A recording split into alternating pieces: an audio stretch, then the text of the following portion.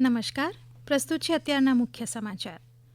પશ્ચિમ એશિયાની સ્થિતિની અનિશ્ચિતતા વચ્ચે વૈશ્વિક બજારોની સાથે સાથે ભારતીય શેર બજારમાં કડાકો. સેન્સેક્સમાં 360 અને નિફ્ટીમાં 100 અંક કરતાં વધુનો ઘટાડો.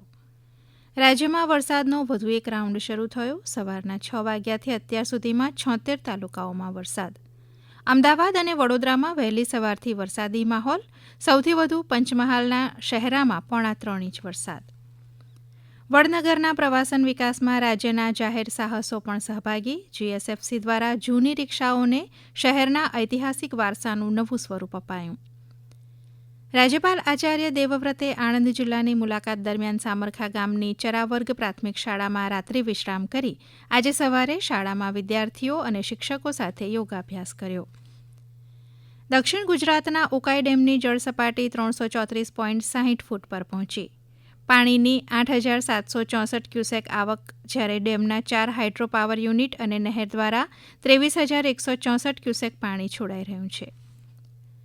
નળ સરોવર પક્ષી અભયારણ્યને પ્લાસ્ટિક પ્રદૂષણથી બચાવવા વન વિભાગે અભયારણ્યની આસપાસના ગામોમાં ફેંકાયેલા પ્લાસ્ટિકના કચરાને સ્થાનિક લોકો વીણીને વન વિભાગ દ્વારા ખરીદીનો નવતર પ્રયોગ હાથ ધર્યો.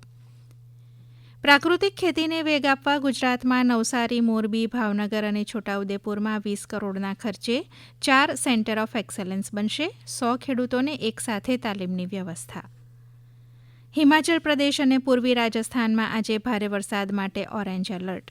અરુણાચલ પ્રદેશ, આસામ, મેઘાલય, છત્તીસગઢ, પશ્ચિમ બંગાળના તરાઈ પ્રદેશ, ગુજરાત, હરિયાણા, ચંદીગઢ અને દિલ્હીમાં ભારે વરસાદની આગાહી. ઇન્ફોર્મેશન એન્ડ લાઇબ્રેરી નેટવર્ક ઇન્ફિલ્બ્લેટ કેન્દ્ર દ્વારા આવતીકાલે રાષ્ટ્રીય ગ્રંથપાલ દિવસ નિમિત્તે વિશેષ કાર્યક્રમનું ગાંધીનગર ખાતે આયોજન. અને અમદાવાદ જિલ્લા શિક્ષણાધિકારીની કચેરી દ્વારા વિદ્યાર્થીઓ અને વાલીઓની સુવિધા માટે કચેરી આપના દ્વારે કાર્યક્રમ અમલમાં મુકાયો. હવે પછી આપ બપોરે 12 વાગ્યે મુખ્ય સમાચાર સાંભળી શકશો.